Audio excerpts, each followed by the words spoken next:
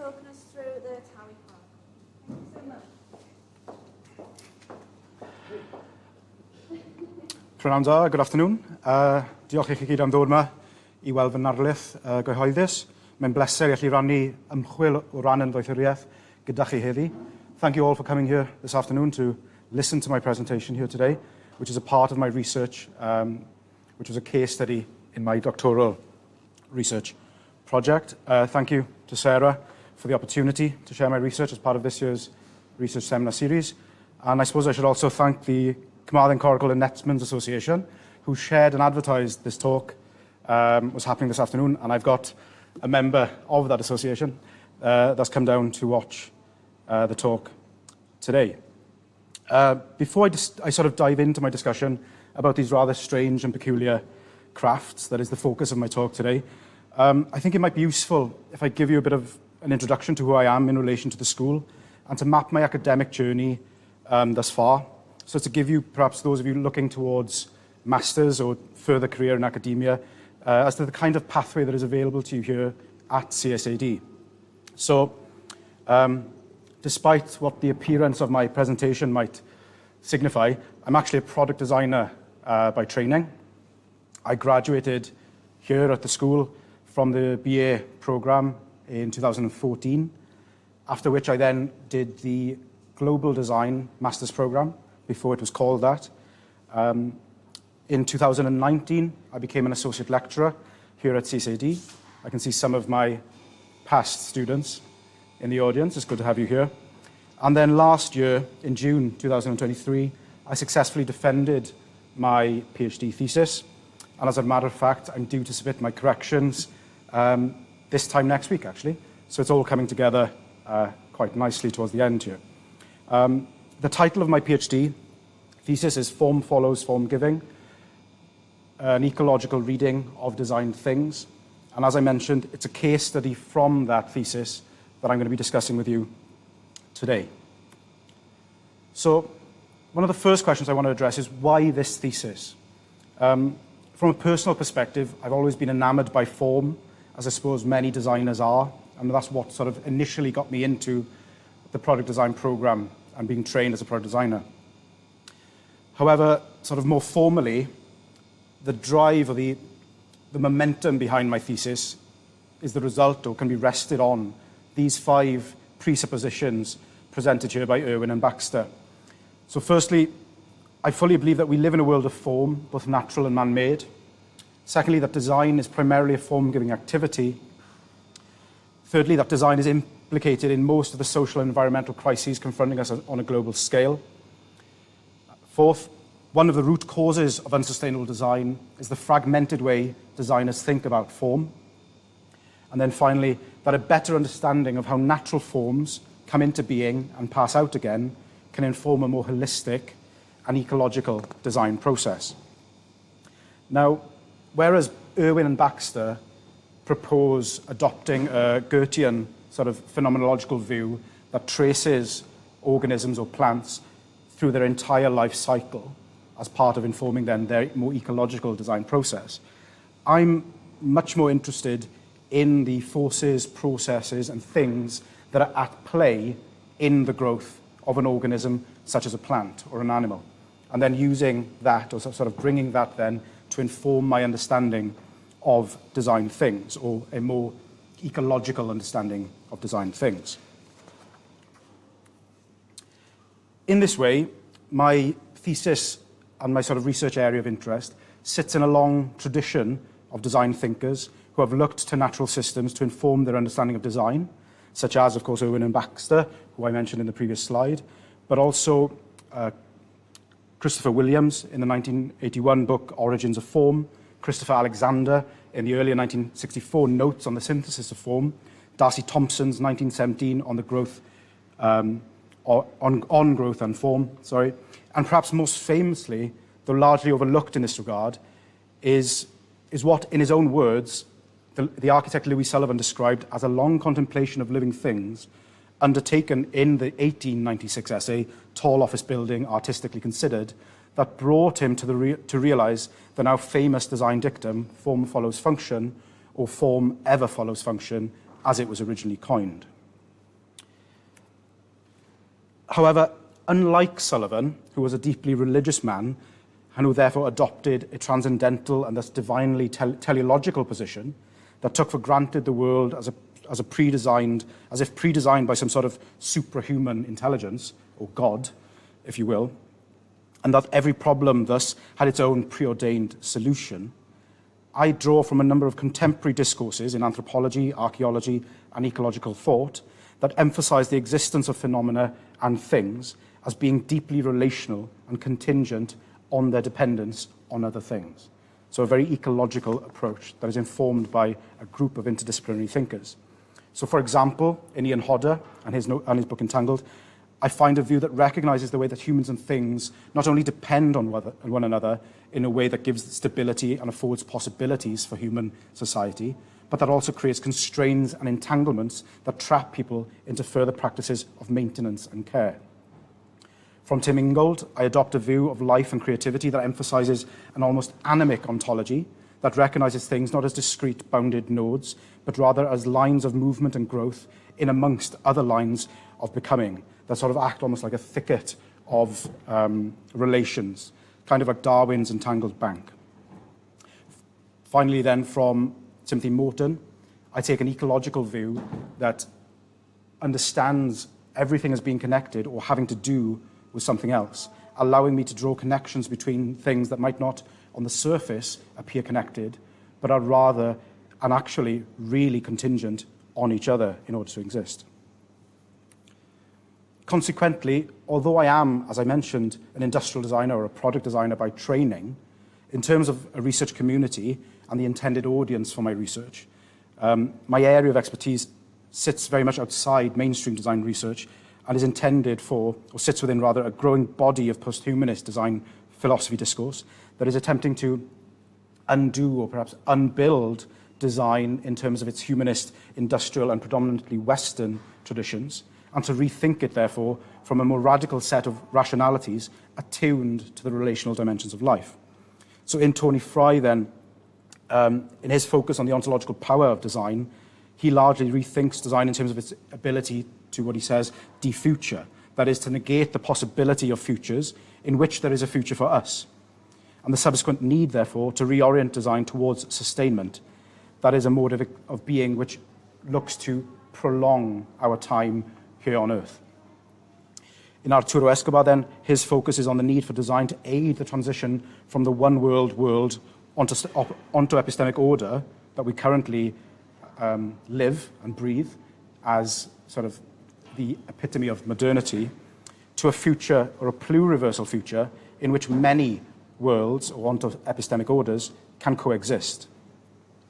Ron Wakari, then, on the final book on the right, reconceives design beyond any disciplinary distinction to probe and ask what a post-humanist mode of design might look like and mean.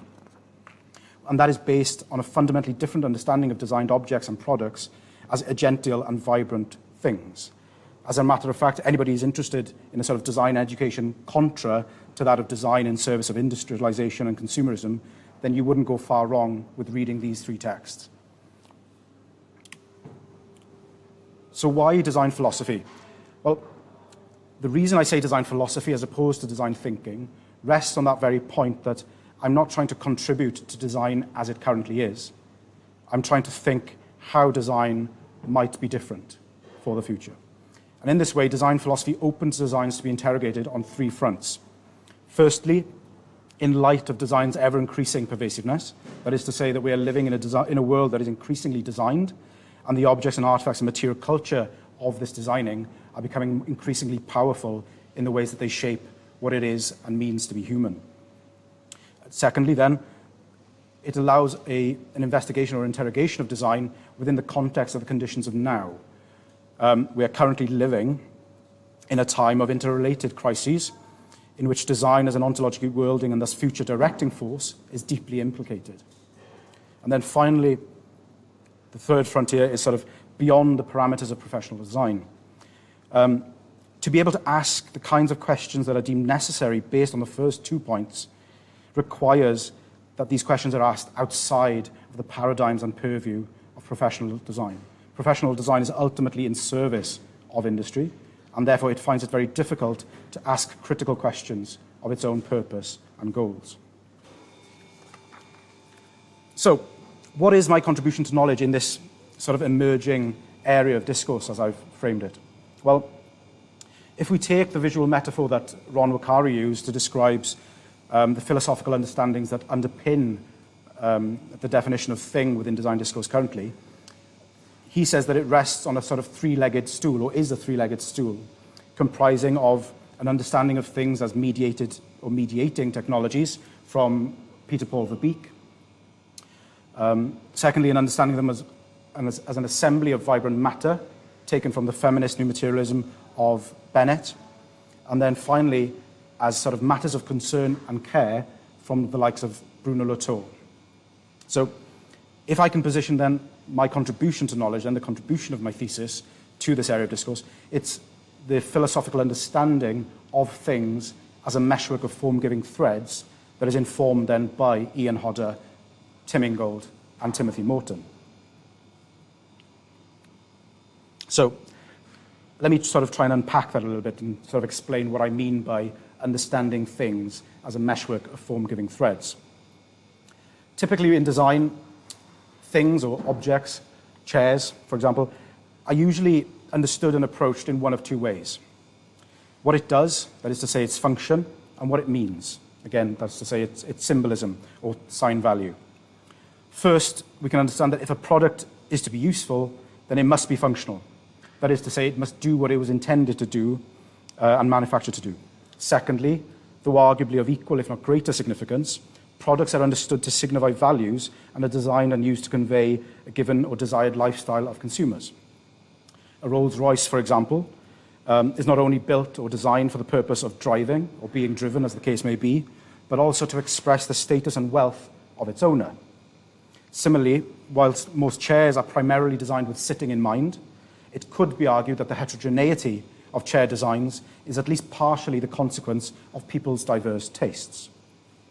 So what I mean when I say that I'm reading or analysing designed objects or designed things as meshworks is that I don't read them in terms, I don't read their formal structure and stylistic details in terms of their function or their signification, but rather I read through them as a sort of archaeological trace of a number of interrelated threads, what Tim Ingold calls a meshwork, that give rise or are responsible for the emergence of a thing in the particular way that it exists. That's sort of that. So that is the sort of philosophical or the theoretical framework that I'm using to deconstruct the Coracles this afternoon. So, on to my first point. There you go. The growth of form on building a coracle. In describing the processes that give rise to the form of a woven basket as a philosophical metaphor for the growth of an artefact, Ingold asks whether the standard view that the basket has been created by the external imposition of a predetermined form onto raw passive matter can be upheld. The answer, he surmises, is not exactly.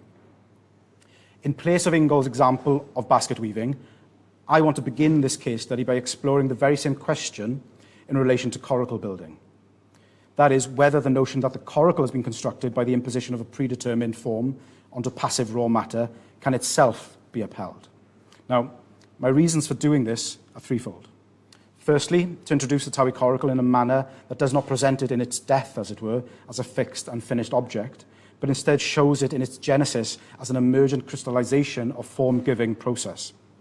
Secondly, whilst asking the question in relation to coracle building doesn't reveal anything different to basket weaving, coracle building is, after all, a form of basket work, just maybe perhaps a bit bigger, it nevertheless does provide the vehicle for a richer discussion concerning the evolution of the Towy Coracle form. And thirdly, much like Ingold and his example of basket weaving, my aim is to show how the coracle form is also not simply the projection of a predetermined idea in the mind of the coracle builder, but rather unfolds within a relational field of materials and forces. Now, to be clear, like Ingold, I do not deny that the coracle builder has an idea of the form to be created in mind. However, it is not this abstract idea that gives rise to the concrete form of the coracle, but rather the coracle builder's active and sensual engagement with the materials at hand. Okay? On this point, the maritime historian Geraint Jenkins provides a detailed outline of the various laborious processes involved in the construction of a Towy coracle in his book Nets and Coracles. And so I quote, "To make a Towy coracle, ash laths are preferred to withy laths. And from an ash pole 6 inches in diameter, it is possible to obtain 30 laths. And the ash is felled in the winter months, and after splitting with a billock or sawing in the local sawmills, the laths are then placed in running water for 2 or 3 days to facilitate bending. The 7 longitudinal laths and the 7 transverse laths and the 2 diagonal laths, each 1 1/8 inches to 1 1/4 inches wide, are interlaced in position on a flat plot of ground. Wooden boards and flooring are never used by Towy coracle builders.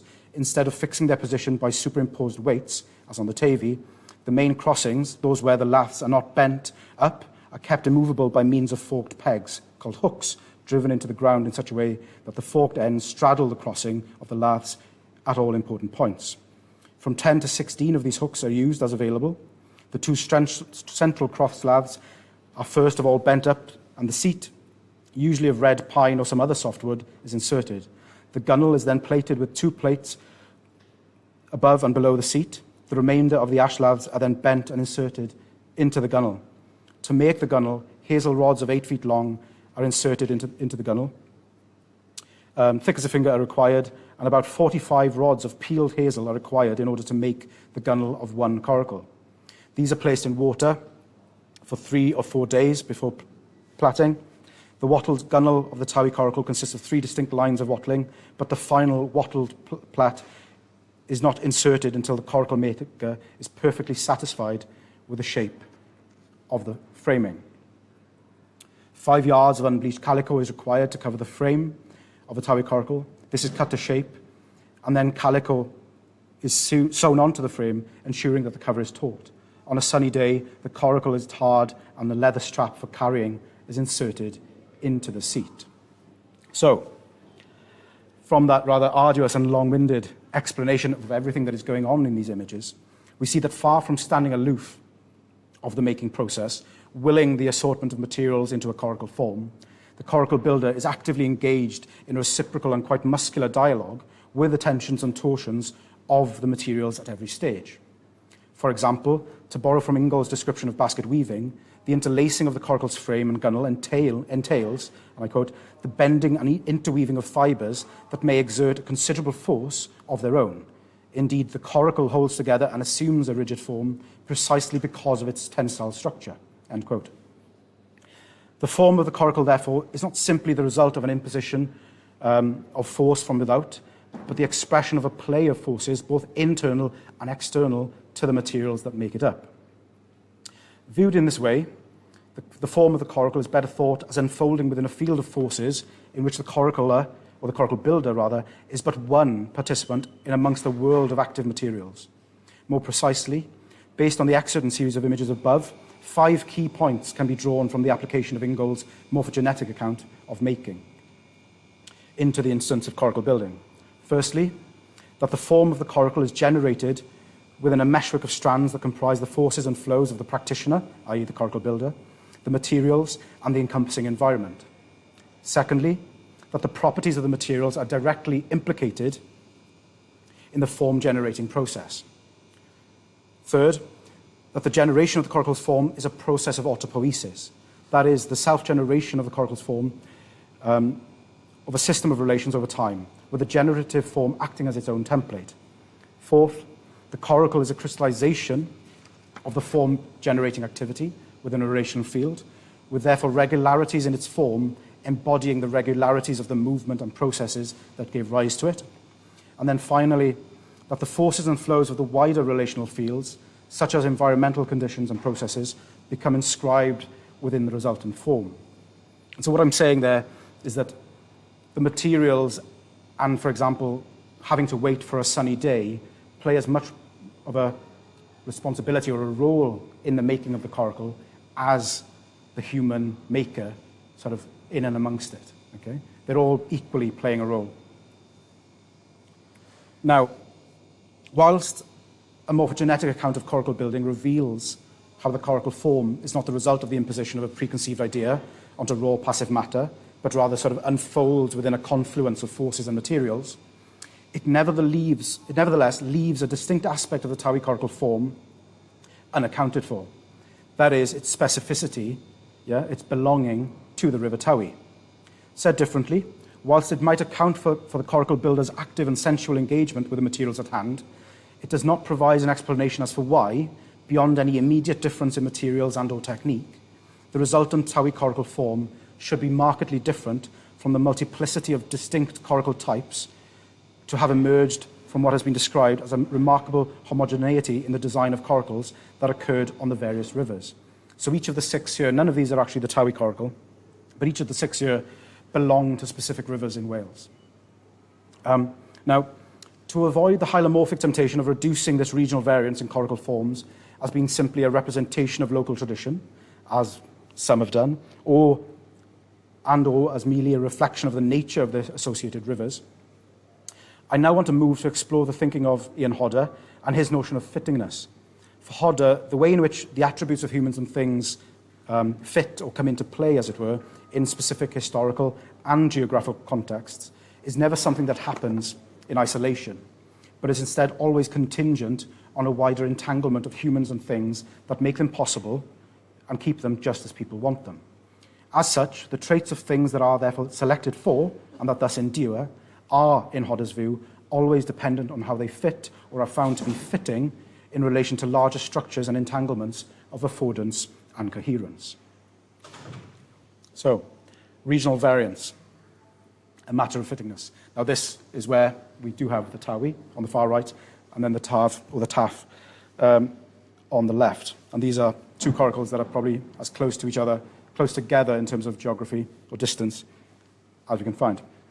So, in the excerpt that I've put up on screen, Geraint Jenkins again describes how the attributes of coracles differ in accordance with the characteristics of their associated rivers. As part of this description, Jenkins recounts a tale of one fisherman's displeasure with a coracle borrowed from a neighbouring river. Now, on its surface, this mismatch could be discounted as simply the preference of an individual fisherman. Okay? However, in unpacking Hodder's notion of fittingness, I want to suggest that it is indicative not of some subjective proclivity or predilection, but a far deeper connection between the embodied knowledge of coracle fishermen and the wider entanglements of their localised fishing practices. Right, a little bit of theory. Apologies, but it'll be quick. So to begin simply, Hodder's notion of fittingness comprises 3 distinct yet interrelated components, with those being affordance, abstraction, and bodily resonance. By affordance, Hodder simply means the way in which the attributes of things within an entanglement allow for other things to function towards some end or goal. In turn, functions and affordances are always tied to abstractions, that is, ideas, thoughts, and words about how things should be done or what behaviours and things might be right or wrong. Additionally, then, humans, as sort of biological creatures, I suppose, we tend to seek out an embodied sense of what feels right in a given context. Taken together, Hodder proposes that these 3 domains produce a particular way or style of being entangled. I quote, "Conscious abstraction and bodily coherence work with affordances to produce a particular kind of being entangled in which humans have bodies of a particular kind and things have forms of a particular kind." Now, this notion that the human desire to seek out bodily coherence within an entanglement of affordance and abstraction, and the idea that that then has an ontological effect that changes human bodies over time, or dictates and shapes human bodies over time, is very useful, is particularly useful in our concern of explaining regional variance in coracle form. For example, it becomes especially significant when one considers, as Jenkins reveals, that, and I quote, "On the Towy, it is customary for fishermen to supply their children with miniature coracles. When I was 9 or 10 years of age," said one informant, "I was allowed onto the river in my own coracle. A rope was tied around me and the seat of my coracle. I was taught how to paddle similar to a figure of 8, and as I grew, I was given a larger coracle every year until I was 14 or 15 years of age, when I was given a full-size coracle." Crucially then, Far from being simply an expression of culture or tradition or of a region or reflection of the nature of a particular river, the coracle is an active constituent in the very growth of the coracling body. As such, the coracle is better thought of as playing a double role, as being part of the phenotype and part of the environment, to follow Hodder, through which then the embodied knowledge and experience of the coracler unfolds. Yeah? Indeed, what Ingold sort of describes as skilled movement is never something that is inherent to a body in and of itself. It is always an emerging sort of process tied to an organism's sort of rich situatedness within an environment.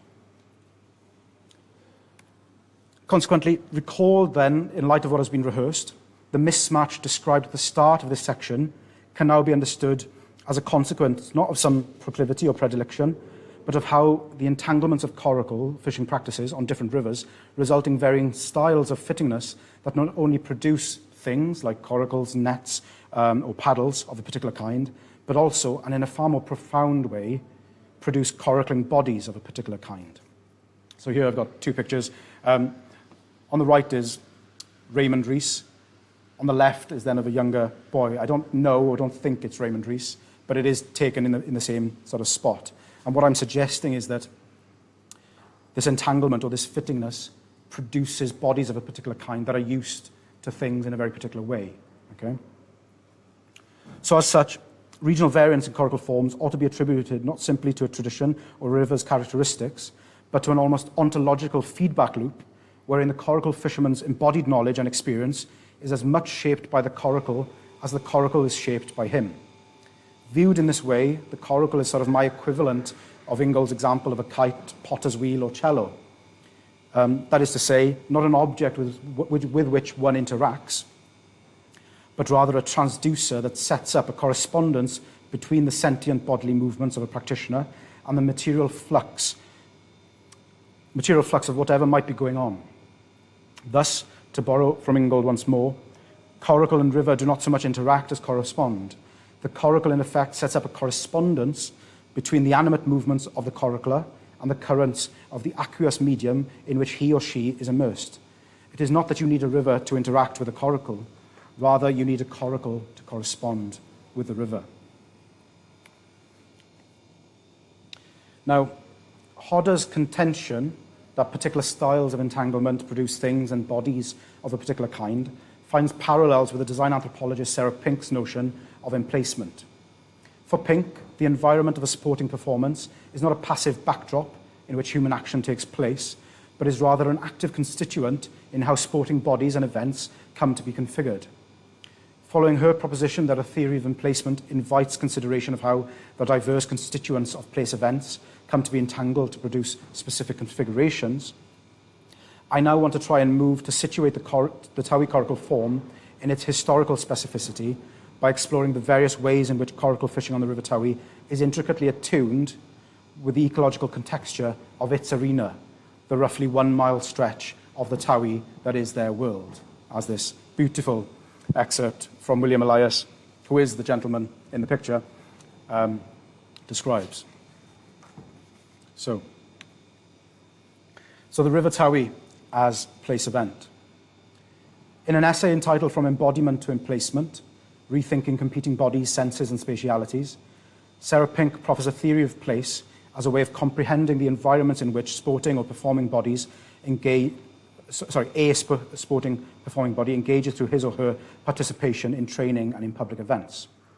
Drawing from the philosophy of thinkers in philosophy, geography and anthropology, Pink reconceives of earlier notions of places as localities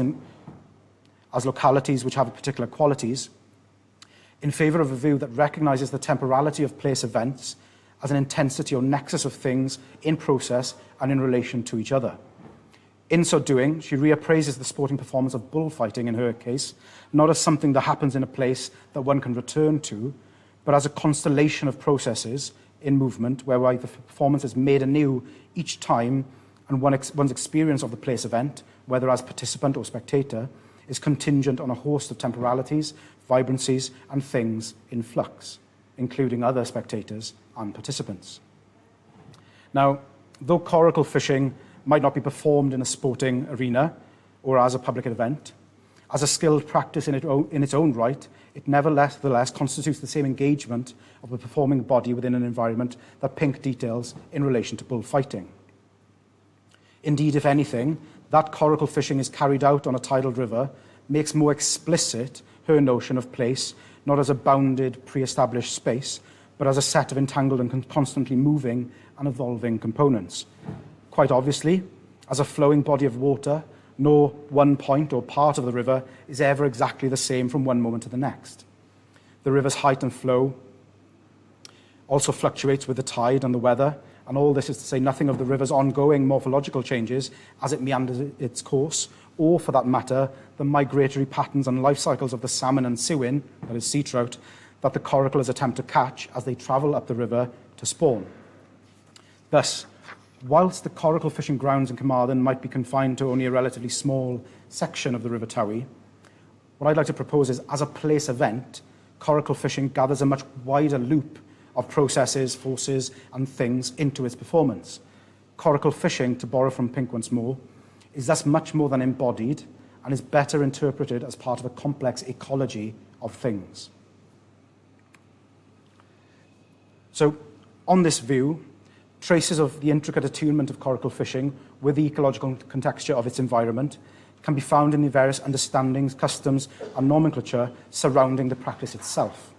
So, for example, coracle fishing on the Towy is customarily done at night, and in accordance with strict tradition, a fishing session should begin no sooner than clefwchwr. Now, that's a term in Welsh that has no direct translation in English, but it means when 7 stars can be seen in the sky, and it is thus deemed dark enough to begin fishing because the salmon and sea trout cannot detect the silhouette or the shadow of the boat, nor see the net in the water. So already in just that one term, that is clefwchwr, is implied an ecological attunement between celestial movements, i.e. the position of the earth in relation to the sun, and the way in which fish have evolved to avoid prey, that therefore then dictates how and when fishing via a coracle takes place.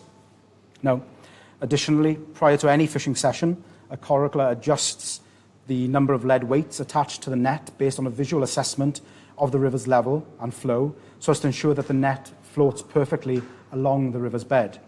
The sensitivity of this sort of judgment, as played out in whether or not a fish is landed and caught, is no easy task and shouldn't be underestimated, and depends, frankly, on a number of factors, such as tide cycles, recent rainfall, and whether or not the river is in spate.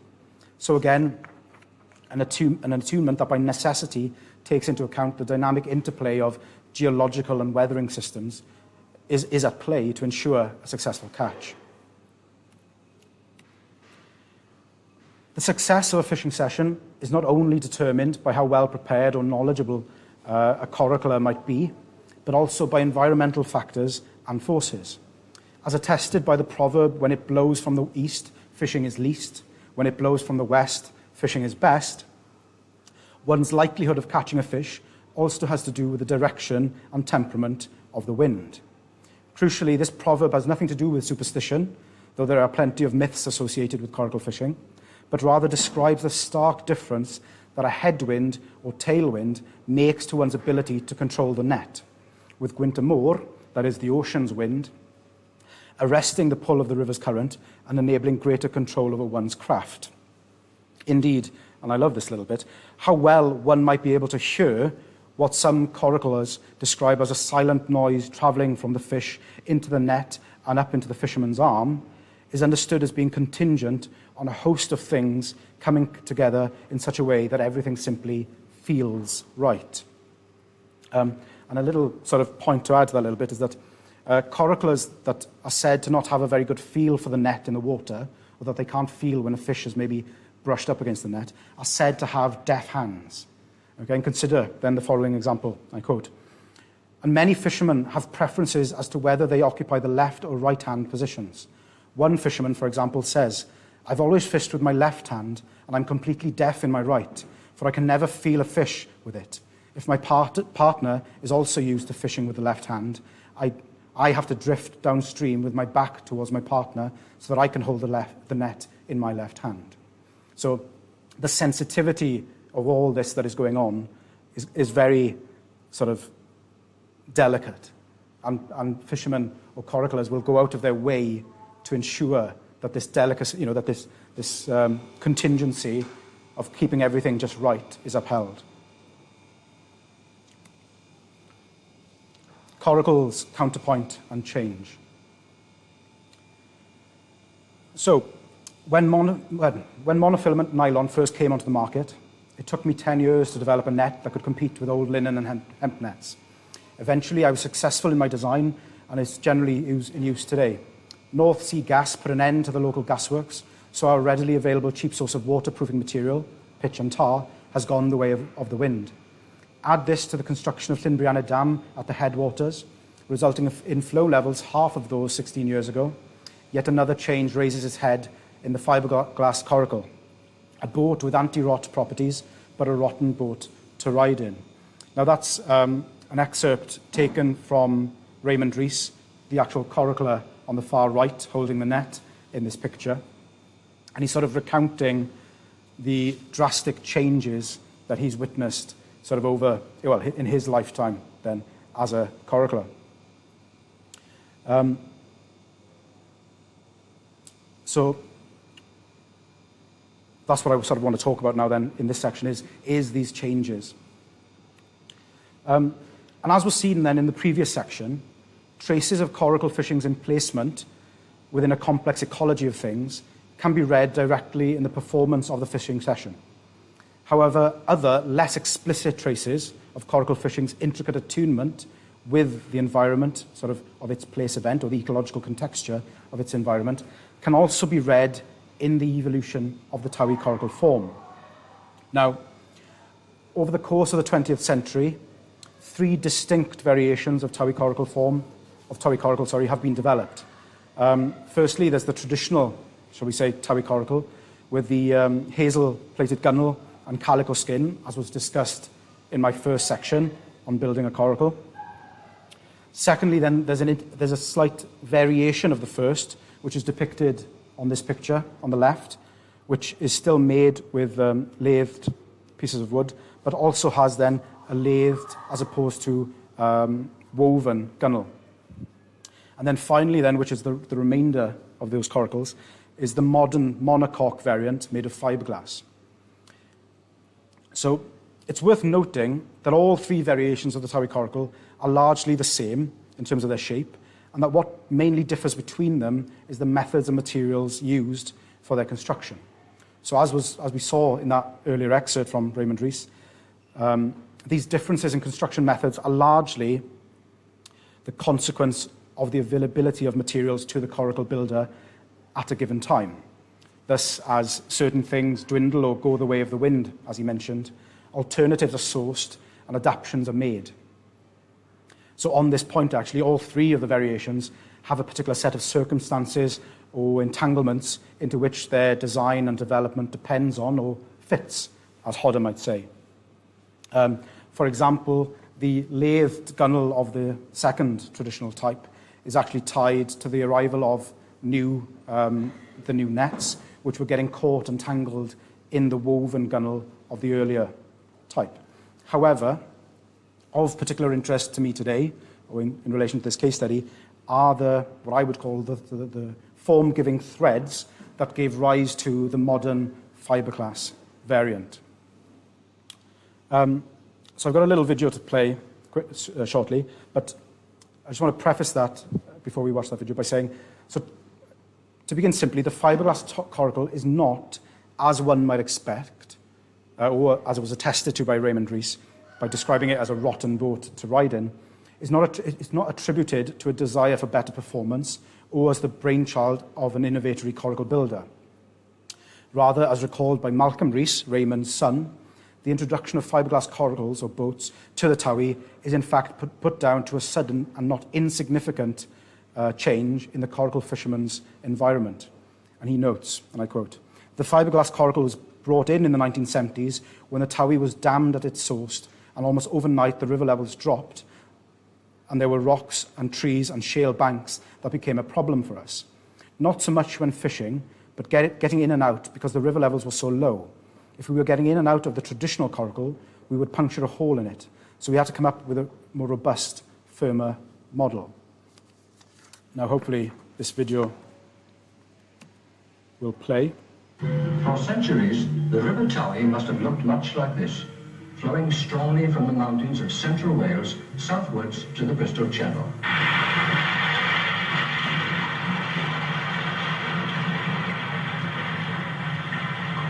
The Towy has changed little over the centuries, but man's needs have.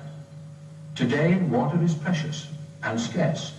We can no longer allow it to pour away, largely unused, into the sea. The Towy must be controlled. Increasing industrial demand in the supply area of the West Glamorgan Waterboard has created problems in times of drought. The board's consulting engineers have recommended that the Towy and its catchment area can solve these problems for many years to come. What is needed is a reservoir up in the mountains near the source of the river, where the rainfall is heaviest, 2,000 millimeters a year. The new lake will then regulate and augment the flow of the Towy. Water will be taken from the river 64 kilometers downstream and pumped to a new treatment plant and control centre near Swansea. From there, it can be distributed through the board's existing supply system. The biggest job in the scheme will be the construction of the dam at Llynbrianny.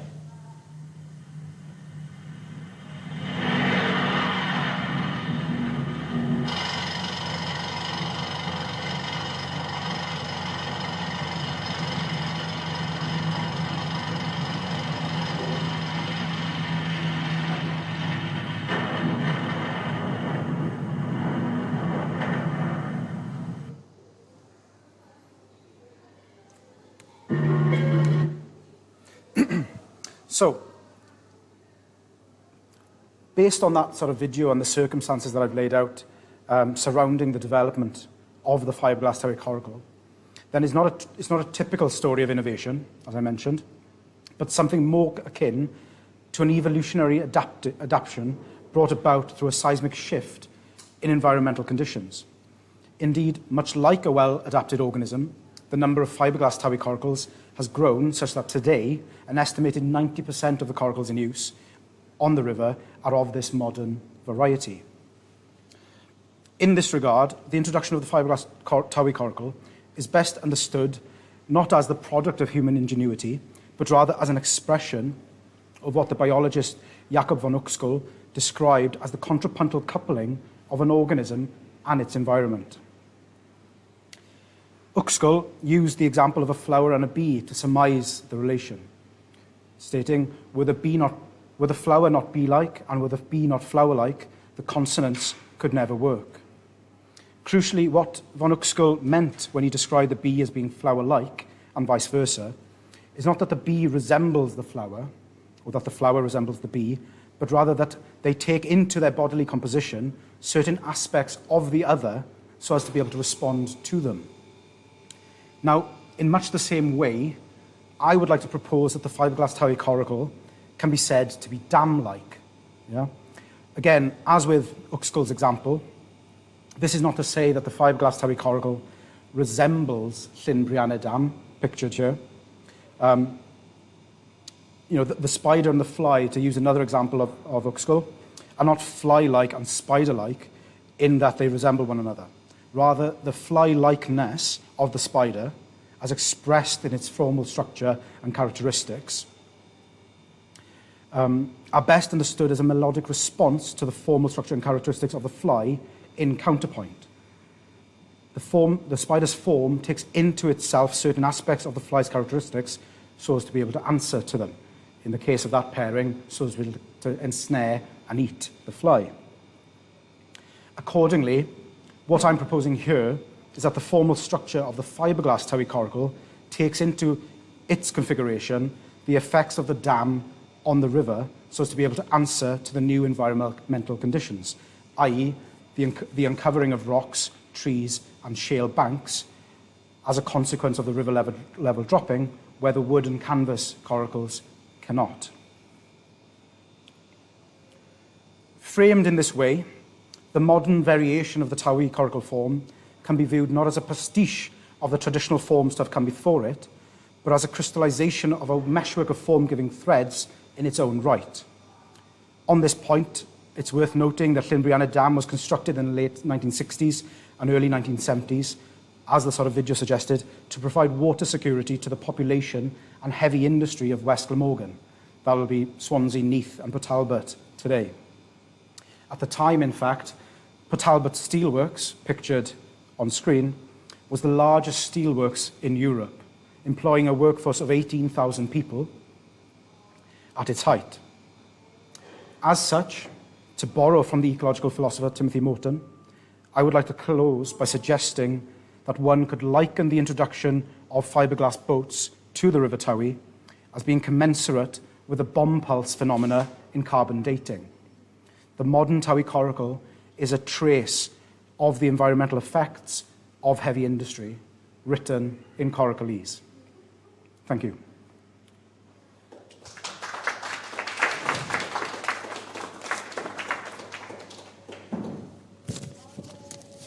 Yes, any questions? Just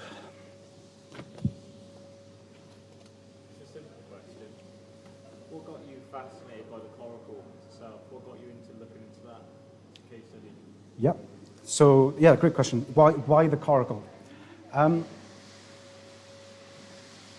It was always an object I was sort of somewhat interested in, just knowing its existence, coming from Carmarthenshire myself, knowing about it. I was always interested in it, but I didn't really sort of decide on it until looking at various options available to me. I wanted to pick something that was close by, that was local. You know, I could easily have done this presentation today, perhaps, on an indigenous boat built by the first people of sort of Canada or something like that. But I felt, if I have such a rich example on my doorstep, why would I go about doing that when there's a wealth of information, you know, here available to me?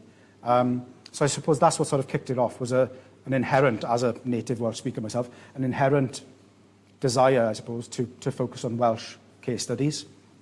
And then sort of a double whammy of, distance, nearness to it. It's something I knew about, it was something near, and I felt it important to focus on Welsh artefacts. And that connection to being a Welsh product, you could say, as well. Yes, exactly, yeah. I think it shows in the sort of adaptation of the coracle form over the years. I think it speaks, like I sort of mentioned in the blurb and advertisement for the talk this evening, it's an expression of a way of knowing and making, which I would just describe as designing, that is intricately attuned to its environment and very well adapted to changes that happen in its environment. So I think there's a lot of possibility and potential in these Welsh case study of what might traditionally be considered primitive craft artefacts as providing a roadmap or a bit of a blueprint towards climate adaptation in Wales in the future. I don't think that we necessarily need to look at indigenous solutions from far afield when there are native or indigenous solutions to rivers and other environments here in Wales.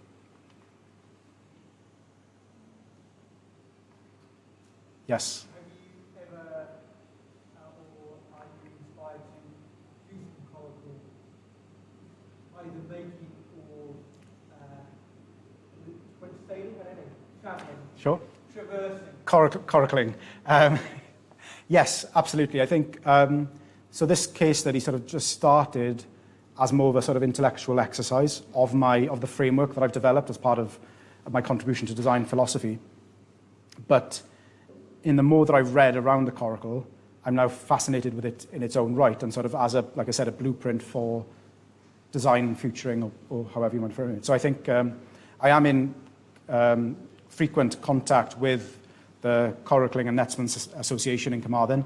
So I think definitely the next thing is actually getting my feet wet, as it were, by actually either building one or paddling one, as it were. Yeah, definitely. I think it'd be very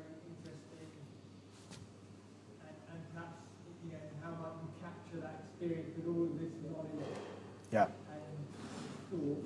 Yeah. You know, it would be an interesting thing to capture your then first-hand experience. Yes, absolutely. Yeah.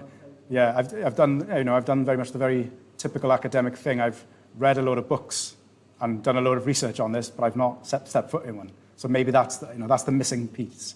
I need to either make one or paddle one.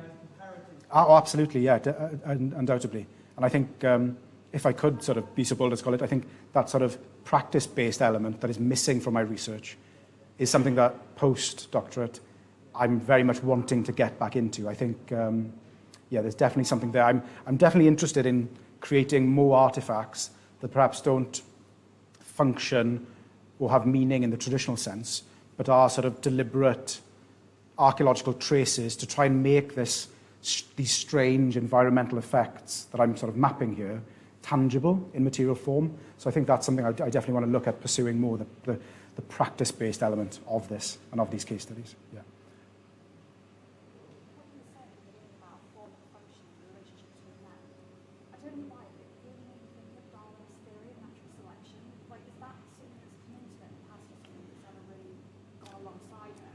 Yeah, so yeah, talking there about the link between form and function, and you said it sort of reminded you of Darwin and evolution.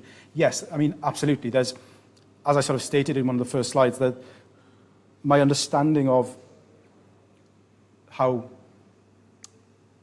sort of artificial form emerges, or how artifacts grow, would be a better way of saying it, is informed by a morphogenetic view of making, which is based in an understanding of how form arises in nature. So it's drawing on von Uxkull and thinkers like that, very much Timothy Ingold, and then using that to understand artifacts or to deconstruct the artifact, as I've done here today. So yeah, there's a very strong link to understandings of how biological or natural forms emerge in nature. So yes, evolution is the choice word of the evolution of the Towy Coracle is sort of deliberate then in that sense of tracing its changes over time. Oh, sorry. Oh, you've come from Carmarthen? I am from Carmarthen. Oh, okay. Oh, there you go. And because I'm from Carmarthen, I have made Coracle. Oh, wonderful. I should definitely talk to you then, yes. And what was odd that in the making of the Coracle was that the bats were put into the ground. Yes. Yeah. And then we bent them over, and it was a funny sight to see these kind of slopes of hedgehogs on the ground. Yes. And I wonder whether the origins of the coracle is because of making houses. Okay. Yeah, I don't. It might be that's again that's not something I've looked at. I mean, I know that the coracle is claimed to be a very old thing. I think some people estimate about 2,000 years old at least. There's some accounts apparently of Romans writing in their journals about seeing these strange one-man crafts on the rivers here during their campaigns.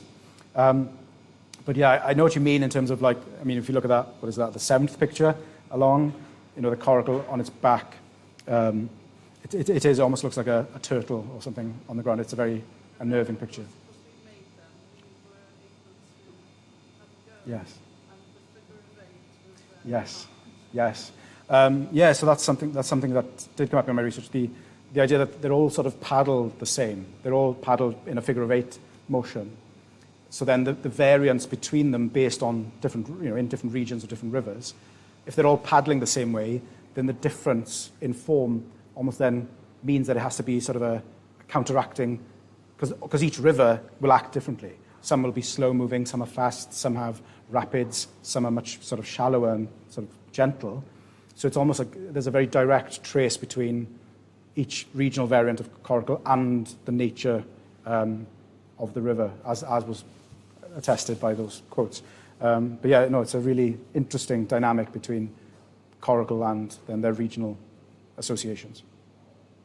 I have another question. I think you mentioned a place, obviously. Would you say a coracle becomes a place in kind of its activity? Would you say like the river is the place itself and the coracle's the vessel to have that experience? Yeah, so it sort of does tie back to what I said. It's the idea that the coracle is a transducer in Ingold's language.